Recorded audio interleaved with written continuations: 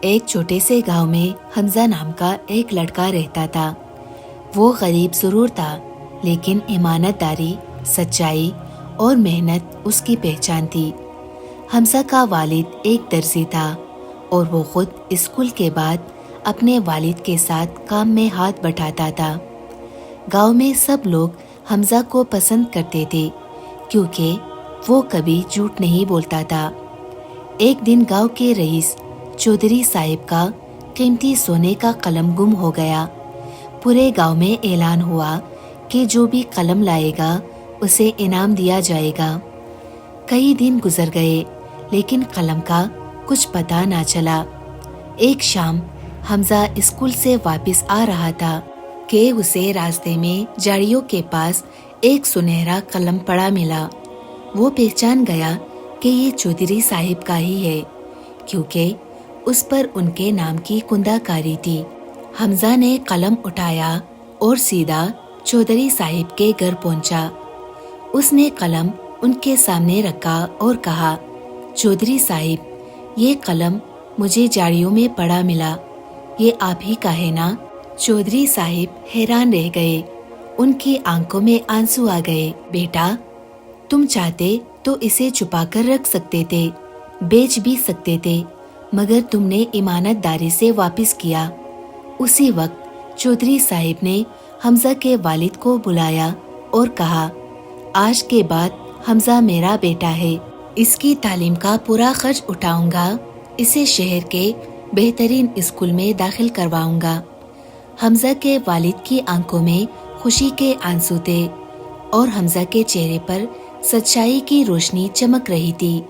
چودھری صاحب نے حمزہ کو شہر کے ایک بڑے اسکول میں داخل کروایا۔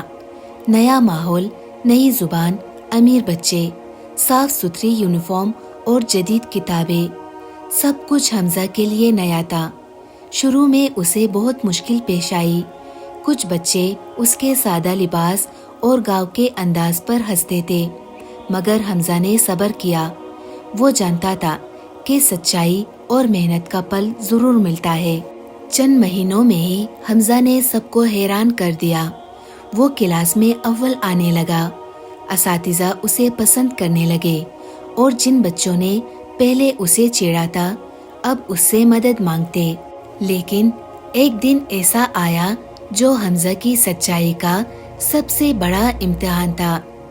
امتحان چل رہا تھا۔ حمزہ کے سامنے والے بچے نے چپکے سے ایک پرچی نکالی اور نقل کرنے لگا۔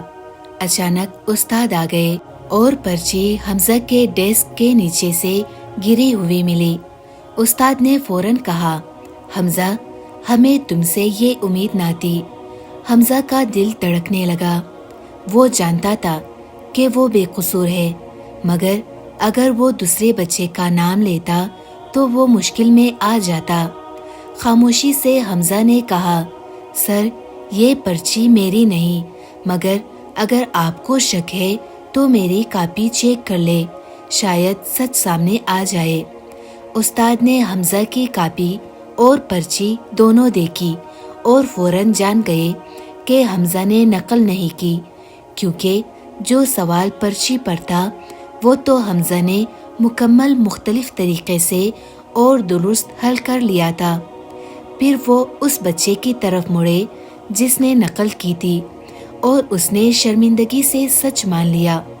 اس دن نہ صرف اسکول نے حمزہ کی ایمانت داری کو سراہا، بلکہ پرنسپل نے ایک خصوصی اسمبلی بلا کر سب کے سامنے کہا، حمزہ جیسے طالب علم ہمارے معاشرے کا فخر ہے۔